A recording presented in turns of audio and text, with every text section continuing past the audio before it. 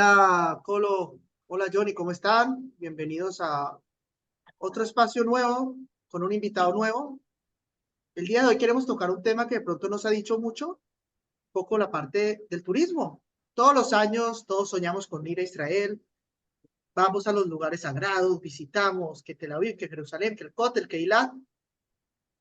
Y bueno, ¿qué está pasando en estos momentos? Con esos guías turísticos que nos acompañan y con el turismo mismo en Israel, con la economía, con la vida diaria que conocíamos en Israel, en este momento de la guerra. Para eso tenemos a nuestro invitado, David Kerpen. David hace Aliyah desde Colombia en 1975. Desde entonces vive en Israel, en Jerusalén. David ahorita nos contará un poco de su vida, todo lo que vivió de 75 aproximadamente hasta hoy. También nos contará un poco su vivencia del día a día en estos momentos de guerra.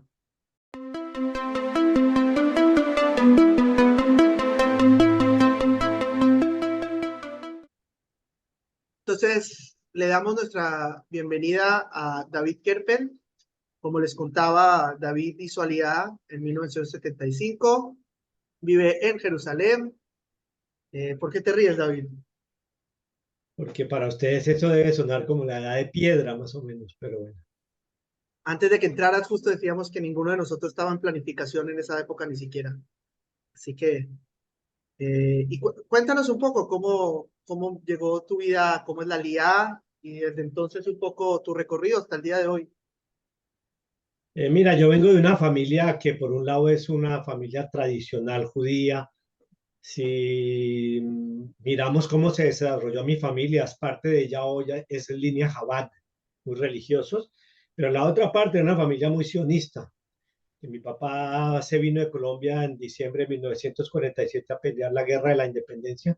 Se quedó aquí 2 años luchando por ese país que los judíos europeos, mi papá era un judío polaco que huyó de Polonia mucho antes de la guerra, se fueron a Colombia y así se salvaron, pero su hermano mayor se quedó en Polonia, su hermano David, así me llamo yo, se quedó en Polonia y murió allá. Entonces tengo todos esos aspectos del judío, de la diáspora, de religión, de sionismo, Shoah, entonces soy una mezcla de todas esas cosas.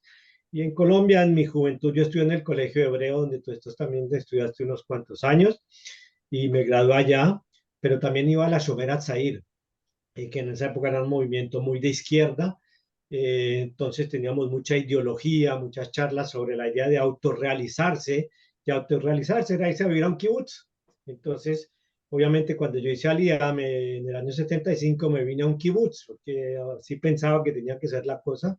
Fue un kibutz muy grande, kibutz Gan Shmuel es el segundo más grande en Israel. Y bueno, un poco la ideología y la romántica o el romanticismo se chocan cuando se encuentran con la realidad, ¿no? La vida es un poquito diferente, pero fue una experiencia muy buena de todas maneras. Entonces yo llegué acá con todo ese paquete, buscándome a mí mismo. Y yo tenía, digamos, un hebreo un poco mejor de lo que llega la gente y podía tener una conversación básica acá. Tenía un hermano mayor estudiando en la Universidad Hebrea de Jerusalén, mi hermano Wolf, que en paz descanse, que estudiaba filosofía y matemáticas. En mi familia yo tengo una rama de genios, que yo no soy, a Dios gracias, uno de ellos.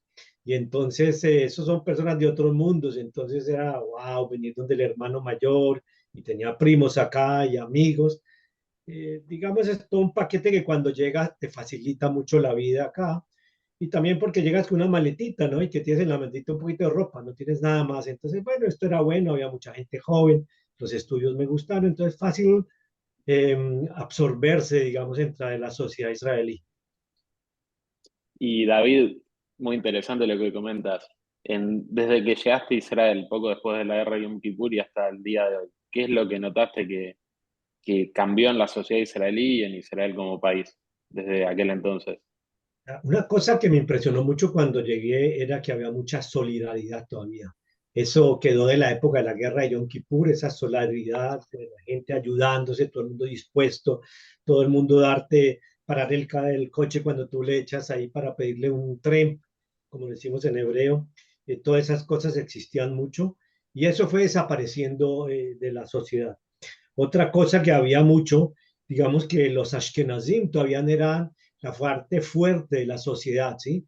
Eh, Te puedo dar un ejemplo, tal vez parece banal, pero no lo es tanto. En Jerusalén había un par de restaurantes donde se podía comer comida polaca, que el chulent y la kishke y tzimes y todas esas cosas que yo crecí con ellas, eso no existe más. Hoy en día tienes todos los restaurantes marroquíes, yemenitas y todo lo que quiera, pero cosas de ashkenazíes, eso se, se fue desapareciendo y todo el componente sefaradí y oriental fue tomando más auge, ¿sí? Y hoy en día digamos que los ashkenazim somos una minoría dentro de una mayoría eh, sefaradí oriental, ¿no? Entonces, eso es una cosa que cambió mucho en la sociedad israelí también. David, en la introducción, bueno, Jackie contaba que usted se dedica al turismo y en los últimos días, a razón de todo esto que está pasando en Israel, tuve la oportunidad de hablar con amigos que viven en Israel y me hacían un paralelismo, una comparación de esta situación que ustedes están viviendo a la que ocurrió durante la pandemia. Obviamente son circunstancias absolutamente diferentes, pero en la dinámica diaria volvieron las clases por Zoom para los chicos que están en edad escolar, la economía se frenó, obviamente, y ni hablar una industria como la del turismo, que depende de los visitantes internacionales, fundamentalmente. Entonces, si bien obviamente, si uno hace una escala de gravedad, ni se compara con aquellos que están pasándola en el frente de batalla, también en lo que a usted respecta en el día a día, esto es un daño colateral. Por eso, bueno, quería consultarle respecto a cómo están viviendo el día a día en esta situación tan especial. Mira, el día a día es muy complicado, el día a día es muy complicado porque vives como en dos mundos, ¿no? Acá no muy lejos de Jerusalén hay una guerra, ¿sí? Hoy a las 5 de la tarde, eso quiere decir hace una hora y cuarto, sonaron las alarmas porque dispararon otra vez misiles hacia el centro del país, me refiero hacia el área de Rehovot, Nestiona y hasta un poco más al norte en Ramat Gan.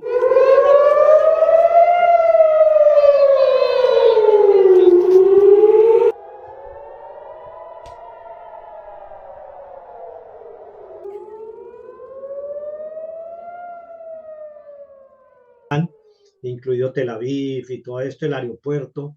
Mi hijo vive en Or Yehuda, que es una ciudadcita un poquito más al oeste del aeropuerto y sonaron las alarmas. Y luego ellos oyen los misiles que interceptan los cohetes, ¿no?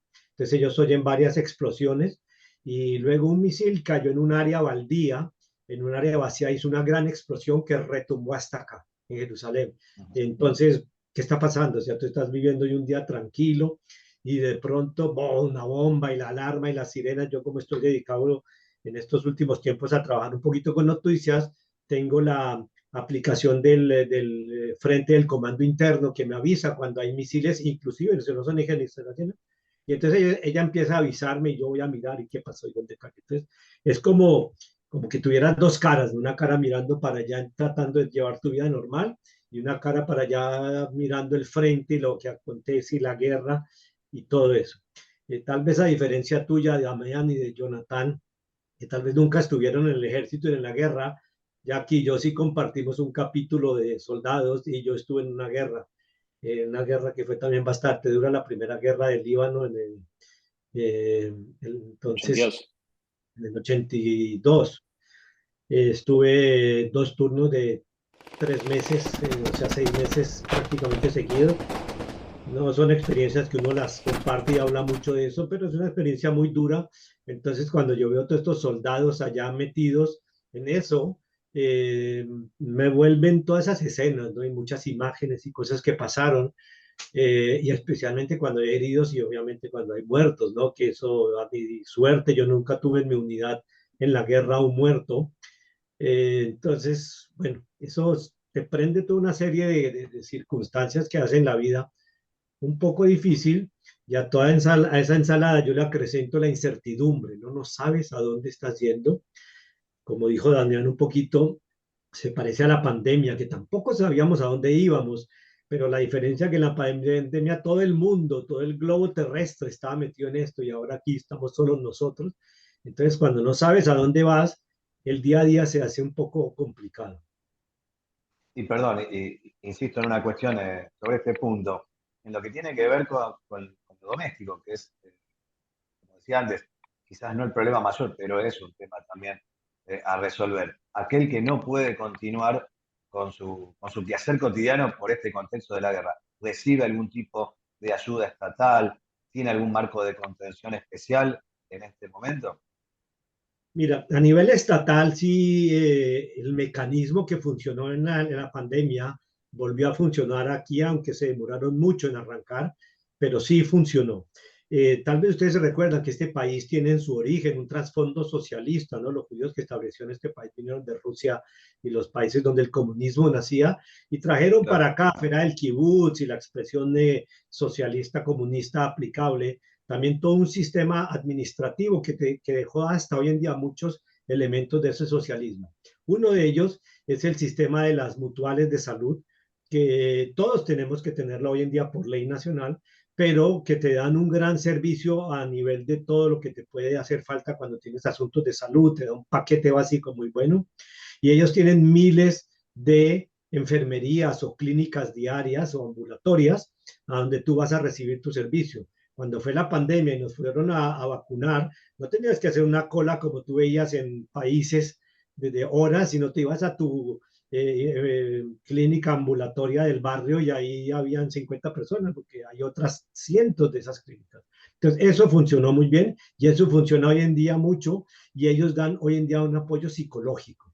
Sí, tú llamas ahí y lo primero que te contestan la grabadora te dice, si necesitas ayuda psicológica, te necesitas apoyo, estás muy solo, marca este número. Marca el 1 y tú, o el asterisco, creo, tú ya estás ahí. Entonces, eso funciona.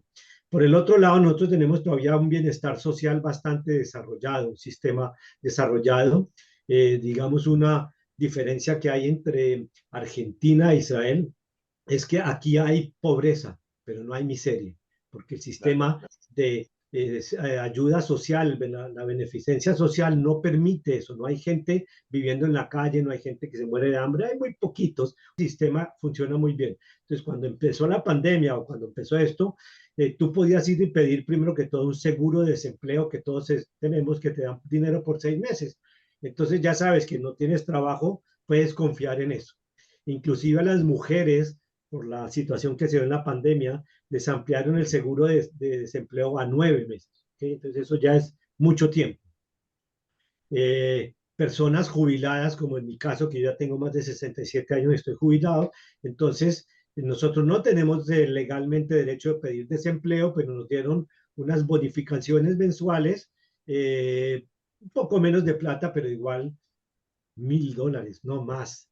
Debe ser 1,200, $1,300 al mes y nos las están dando mensualmente mientras vemos qué pasa. O sea, no han dicho ni cuándo, no han dicho cuándo va a acabar. Por ahora estamos recibiendo. Entonces la gente no se ha caído. Obviamente la gente que tiene un negocio y que está ya 100 días o ciento y pico días en el Miluín, esos son situaciones muy complejas que solo se van a poder resolver cuando esto se acabe. Sí, pero siempre Claro. han habido, digamos, buena predisposición del gobierno a ayudar. Quiero aclarar un poco que $1,000 en Israel no son $1,000 en Argentina ni en Latinoamérica. Claro. No hagan la conversión ni al dólar al blue ni al oficial porque Conversión, te no. la voy a dar muy fácil. Mira, no, prácticamente no puedes conseguir un departamento para alquilar por $1,000 en Israel. No existe. Ya, si tu familia, tú y tu esposa, no ganan los dos un poco más de $1,000 al mes, tú vives contando el centavo. O sea que necesitas $2,500 para vivir al mes una familia con lo mínimo. De ahí para arriba ya la cosa va mejorando. Pero entonces $1,000 no es tanta plata. Y ahora vamos a adentrarnos un poquito en el tema del turismo. Eh, Como David contaba, personalmente nos conocemos y antes de la guerra y entre la pandemia y la guerra, vamos a decir así, para poner una época más cercana, tenías que 2, 3 grupos por lo menos por semana o hasta te tocaba rechazar grupos de la cantidad de personas que habían. Sí, ¿Qué está pasando trabajo, ahora? yo trabajo con grupos de peregrinos no judíos que vienen acá a visitar a Israel. Ustedes han visto la Tierra Santa. acá los cristianos, ya sean ortodoxos, católicos, protestantes, evangélicos, ellos tienen muchos lugares para visitar. Entonces ellos vienen en cantidades bastante grandes y lo que yo hago es que yo recibo grupos y los llevo a pasear entre 5 y 7 días de paseo neto, ¿sí? O sea, con el vuelo de ida y de partida son 7 a 9 días. Ese era mi trabajo. Así que si son grupos de 9 días, puedo recibir, digamos, en el mejor de los casos, 3 grupos al mes. Normalmente son 2 grupos al mes que yo recibo. Y también grupos familiares chiquitos por 2 días acá, 3 días acá, cosas así. Eso me tiene muy ocupado y después de estar trabajando en esto ya unos 10 años, entonces ya tengo mucha gente que me conoce y hoy en día estoy en la situación que yo tengo que pasarle a amigos, guías, grupos, porque tengo una oferta muchísimo más de lo que yo puedo acometer en este momento. Entonces tenía Y muchísimo trabajo y era muy rentable. le consulto a David, y mencionabas que la mayoría de esos grupos son cristianos que peregrinan a lugares sagrados o lugares santos. Me imagino que la mayoría de esos recorridos tienen lugar en Jerusalén, en Bethlem, en Belén. ¿En qué otros lugares suelen suceder esos recorridos? Claro, el que se llama el corrido tradicional, normalmente tú recoges a la gente en el aeropuerto, te quedas una noche en Tel Aviv, al otro día te vas por el lado del Mediterráneo hacia Cesarea, que es un lugar donde hay una historia cristiana también muy temprana, con el apóstol Pedro y Pablo estuvieron ahí, entonces es un lugar muy importante. Y de ahí ya te vas a la Galilea, donde está Nazaret, el lugar donde Jesús creció como niño, entonces es un lugar muy importante. Hay lugares varios en la Galilea donde hubo milagros y todo tipo de cosas, entonces también pasa ahí. Y luego te vas a dormir a Tiberíades por 2 o 3 noches, porque en el mar de la Galilea están las ciudades donde fue la mayor parte de lo que se llama el ministerio de Jesús. De sus 3 años del ministerio, vamos a ver que casi los 3 estuvieron ahí en la Galilea, entonces vas a Cafarnaún y vas a lugares de milagros y finalmente bajas por el lado del río Jordán, por la frontera con Jordania, a Jericó y visitas el Mar Muerto y Qumrán, a veces vas a Masada y los últimos 3 días los haces en Jerusalén y medio día se lo dedicas a Belén, obviamente lugar muy importante porque es el nacimiento de Jesús ahí. Eso es lo que se hace en esos 6 o 7 días de paseos. Claro, sí, lo consultaba por, digamos, desde que ocurrió lo que ocurrió el 7 de octubre, me imagino que la cantidad de peregrinos ha disminuido considerablemente, ¿no? Y se desapareció, eso se desapareció, sucedió en la pandemia y en las otras guerras, porque pues también ustedes, yo les diría, oigan, ustedes tienen un paseo para irse de vacaciones a no sé dónde, a Florianápolis en Brasil, que la gente viajaba mucho en una época, y les dice, no, hay una guerra en Florianápolis, no, yo, devuélveme la plata, más bien me voy a Punta del Este, ¿ok? Entonces, nadie quiere venir en esa época y los que están acá en esos días, todos quieren escaparse, entonces el turismo está en cero ahora, aunque haya habido un poquitito, y la próxima semana tengo 3 agentes de turismo de Brasil que vienen para visitar los lugares, para tomar fotos, volver a Brasil y cuando ya esto se tranquilice un poquito, decir a la gente, miren, yo acabo de estar en Israel y se puede, volvamos. Porque también todos esos agentes de turismo, imagínate la situación, están con todo congelado y son grandes pérdidas. Entonces ellos también tienen interés en que esto vuelva a funcionar. Esto aquí para que vean, ¿sí? 2018, como habíamos comenzado, es el año que fue prácticamente récord. 4 millones de turistas llegaron, había muchísimos turistas a tu lugar, cualquier lugar que llegabas, como yo les mencioné, los lugares alrededor del mar de la Galilea, Cafarnaún, las iglesias en Jerusalén, eso era lleno de gente, ¿sí? A veces no tenías que caminar, sino la gente te llevaba como un río, ¿sí? Porque había masas, multitudes, un aumento de 14% con respecto a 2017. Entonces, eso muestra el gran aumento, pero en el 2019 sube otra vez el 11% y entonces ahora vamos a tener 4,5 millones de turistas, que es muchísimo, ¿sí? Y entonces esto causa que el país se revienta. Y en ese momento, por ejemplo, nos damos cuenta que no hay posibilidad de recibir mucho más de 4,5 millones. No hay suficientes hoteles, los restaurantes están muy llenos, los buses, no hay buses que te lleven de una a otra. Eso está tan lleno que ya es difícil. Entonces, el gobierno dice, bueno, habrá que pensar qué hacemos en el futuro, pero mientras tanto todos disfrutamos de los años de las vacas gordas, ¿no? Porque mucho trabajo, mucho dinero ganas, entonces te sientes muy, muy bien con esa situación, ¿no? ¿Y qué pasa en el 2020-2021? Como ustedes saben, viene la pandemia y todo se cae de repente. En el 2022 el turismo comienza a regresar y ese año tenemos 2,5 millones de turistas, que es muchísimo. Yo ya desde enero empiezo a trabajar cuando todavía gente no había comenzado a llegar. ¿Por qué? Porque las compañías, yo trabajo con 2 compañías muy grandes de turismo en Brasil. ¿Qué quiere decir grandes? Son compañías que tienen todos los meses 3, 4 grupos de turistas en Israel, ¿sí? Eso es muchísimo. Entonces, ¿De cuántas personas por grupo? Más o menos entre 25 a 35, 40, pero a veces yo tengo buses de 60 personas. En un año normal, como el 2019, 2018, 2019, yo tengo más o menos 800 turistas por año. Mucho. El 2023 llegaron más o menos 3 millones de turistas, pero solo en 9 meses. ¿Sí? Recuerden que el 7 de octubre, o un poquito después, se acabó eso.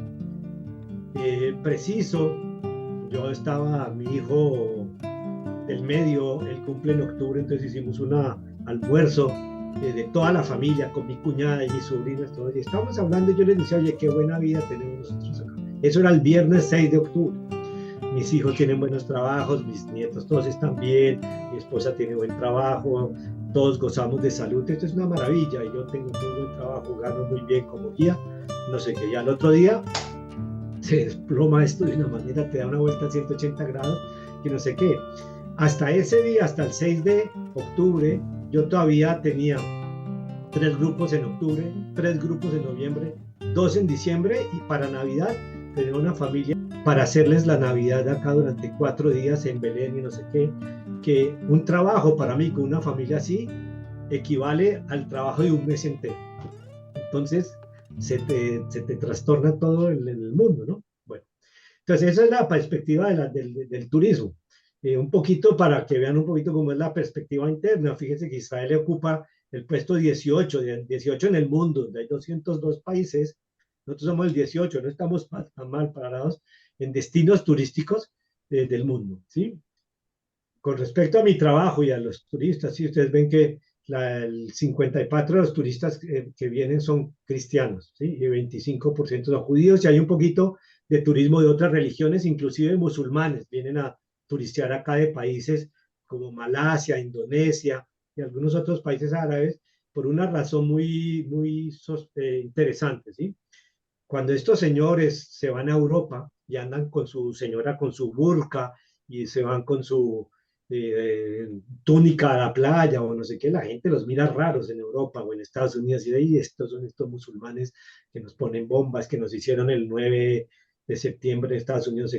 Pero cuando vienen acá, no existe eso, porque acá está lleno de esos, entonces ellos se sienten como uno normal y pueden comer en cualquier restaurante, porque en Europa hay comida de cerdo en todas partes, y en Estados Unidos sí, pero acá no, porque van a un restaurante kasher que no tiene cerdo, y los restaurantes musulmanes obviamente no tienen cerdo. Entonces se sienten muy a gusto acá, nadie los mira raro, entonces les gusta venir a este país que también tiene pequeños capítulos de historia musulmana que ellos conocen, entonces hay un poquito de turismo musulmán y de otros grupos religiosos. El último año que hubo una gran entrada, que hay buenas estadísticas, 2019, la entrada bruto del turismo a Israel son 38 millones, 38 mil millones, o sea, 38 billones de dólares, 10 billones, eso es mucha plata.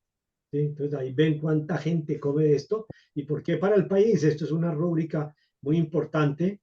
Si la quieren poner dentro de proporción de lo que hay en Israel, el primer negocio de exportación hoy en día en Israel que produce dinero al país es alta tecnología, después venta de armas, tercero, venta de diamantes pulidos, cuarto, agricultura y el turismo es el quinto. Así que no estamos tan mal posicionados. Bueno, eso era lo que yo les conté un poquito de lo que pasa en el momento. Y bueno, si tienen alguna pregunta más al respecto ahora. ¿Qué opinas sobre a ver, nosotros estamos acá en la diáspora un poco, Les cuento que David, por si acaso, también fue Shalía hace unos años en Tucumán, así que conozco un poco la idiosincrasia de las Estuve comunidades cinco judías. veces en Rosario, estuve 5 veces en Rosario, así que Ah, Eh, mira. sí, de claro, esa no voy a época, decir, ¿quién estaba? Estaba un muchacho Néstor Feller, no sé si le suena, Walter Plischuk, que se casó, pero eso ya hace muchos años. Walter fue mi padre adoptivo en el kibutz, Alumno. Ah, tú estuviste en Alumot. Ah, Sí. bueno, yo tengo unos cuantos amigos también, pero de la generación de los padres de Walter, ¿no? De Walter. y así como metiéndonos, nos ofrecen paquetes ahora acá, paquetes de turismo. Pero el paquete de turismo es distinto. Una vez estaba hablando con el Colo y estábamos hablando de ese turismo de guerra. Por un lado, moralmente, generar plata, entre comillas, de la guerra. Por otro lado, es un turismo de ir a voluntarizarse, de ir a ayudar, de ir a reconstruir. ¿Qué nos puedes contar un poquito sobre ese turismo y qué te parece también en opinión propia ese turismo? Mira, primero que todo, cuando comienza la guerra, como ustedes sabrán, lo sabrán, los judíos quieren ayudar, entonces lo primero es que quieren mandar plata. Y ahí se descubrió que aparecieron cantidades de vivos y ladrones que inventaron necesidades y la gente daba plata, pero no existía la cosa, los tipos se quedaban con toda la plata. Inclusive una compañía que había importado toda una serie de pertrechos militares, pero no bélicos, sino digamos cascos, guantes, chalecos antibalas y esas cosas, y la trató de vender al ejército.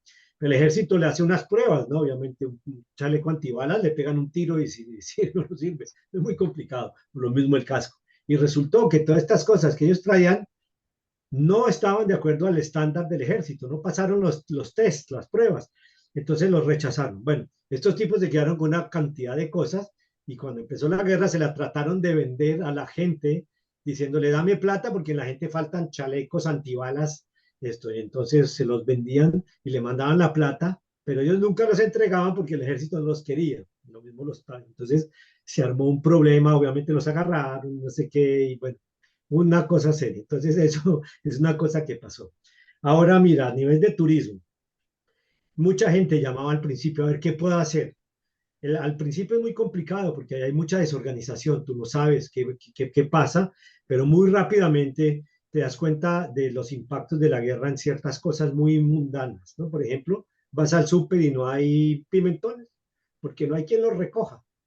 Y si hay quien los recoja, no hay un chofer de camión porque todos están en el ejército quien los traiga. Entonces las cajas se quedan ahí en el campo, pero no hay quien las traiga.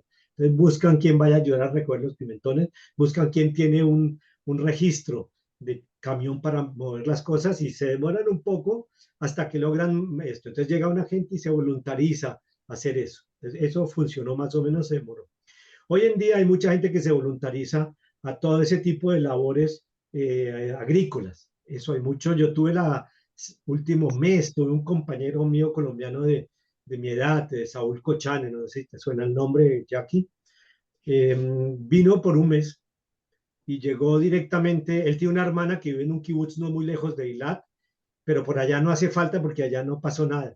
Entonces él se fue al área de Gaza, muy cerca, a un kibutz, a un moshav donde le dieron una casita y todos los días le decía, mira, hoy hay que ir a recoger rábanos al moshav Yatet y mañana y pasado naranjas y luego esto y todos los días tenía un trabajo y los sábados él es Shomer Shabbat y esas cosas, entonces se quedaba en ese lugar porque en ese lugar hay una pequeña comunidad que reza, que son religiosos, entonces él tenía para viernes y sábado gente para hacer un Shabbat y algún día que no trabajó lo llevaron a ver acá y estaba, fue a Nir Oz. Nir Oz es uno de los kibutzim más afectados, ¿sí? Que eso no es un lugar turístico, pero una vez que ya estás adentro ya puedes dar vuelta, el problema es entrar a la región. Una vez que estás adentro, y él decía, te fuiste a Nir Oz, oye, eso está muy peligroso. Suenan las alarmas hoy en día en Nir Oz, porque siguen tirando misiles para allá a pesar de que Kiev está evacuado. Entonces él hizo. Estuvo muy contento, se sintió que ayudó mucho, le agradecieron obviamente muchísimo y él se volvió el jueves pasado a Costa Rica y ya el viernes me llegaron 20 pedidos de gente que oyó que él dijo que era muy bueno, que los ayude a organizarles a ellos las cosas. Entonces ahora estoy ayudándolos, contactándolos pero no todo Moshav puede recibir 20 personas. De 20 personas es un grupo de gente. Hay que darles de comer, hay que llevarlos, traerlos. ¿Sí? Hay otro tipo de turismo que no solo es voluntario, sino el turismo de ir a los kibutzim. Sí, Van a hay los un poco. kibutzim a ver. Te cuento que tengo un amigo que lastimosamente le quemaron la casa, él sobrevivió, otro que no lastimosamente, pero este sobrevivió con la familia en el Hamal, que estuvieron unas horas, de Kfar. Y el otro día, Elon Musk entró con el primer ministro a la casa de mi amigo y mi amigo sacó un video diciendo que no les había dado permiso de entrar a su casa. Por eso tú como guía turístico, como persona que trabaja con la gente que viene de afuera, suena cómico, pero mi amigo al final decía que me pidan permiso. Nadie me pidió permiso en mi casa. ¿Qué te parece a ti ese turismo? Van, muestran, es verdad que hay que mostrar, pero ¿hasta dónde va el límite del turismo también en esta época? Y la sacada de la plata y el guía turístico es el que los lleva o los lleva cualquiera. Bueno, primero, tienes que tener un permiso para poder pasar los retenes en la región, porque no te dejan bajar un poco más allá de, digamos, de la línea de Ashkelon para el sur. No puedes pasar porque está la guerra. Entonces no quieren que la gente vaya allá. El israelí de por sí es muy temerario, ¿no? Él se lanza, él va a mirar y no sé qué, y no piensa cuáles son las consecuencias. Entonces por eso el ejército tiene cerrado y no puedes pasar mucho para ahí. No es tan fácil pasar.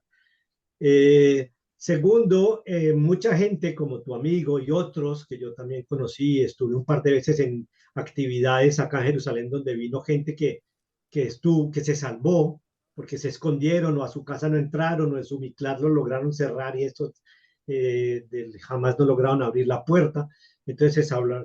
Entonces estuve oyéndolos y ellos todos estaban muy en contra de todo eso. Y ellas decían, este es un lugar como sagrado, como un cementerio eh, que está fresco, las tumbas están fuertes, los muertos están todavía, el olor de los muertos está por ahí. Entonces no se puede hacer turismo, ellos no concebían eso. ¿No? Pero tú sabes que esas cosas pasan. Después de un tiempo, toda esta gente las evacuaron del kibutz y los que quedan en el kibutz son gente que se quedaron ahí porque tienen que hacer algún trabajo específico. Por ejemplo, si tienes un establo de vacas, un tambo, tienes que quedarte a ordeñar a las vacas y darles de comer, entonces están ahí. Y hay soldados en los kibutzim cuidando, hay una pequeña guardia y no sé qué. Entonces aparece un día un coronel del ejército con sus amigos y unos primos y no sé qué. ¿Y qué es lo que está pasando? Pero con el tiempo pasan y empiezan a llegar la gente que quieren ver, que quieren conocer, que son los que donan quieren a Yesod, los de estos, los amigos, y no puedes parar ese flujo de gente que quiere entrar ahí.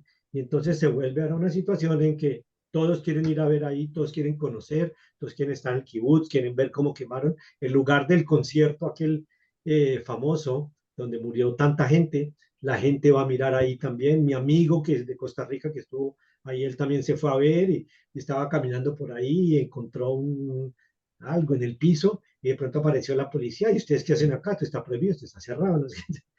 Es el relajo de todo, pero sí hay un poco de, no sé cómo llamarlo, pornografía del 7 de octubre, ¿no? Que parece que inevitable, la gente es muy curiosa, la gente quiere ver, quiere tocar, quiere estar ahí y llega ese momento en que es difícil evitarlo. ¿Cuál es la diferencia con el camino de la vida en Polonia? Bueno, Eh, primero la perspectiva del tiempo, tú sabes que yo hice el camino de la vida de este año, ¿no? Bueno, no ha pasado un año.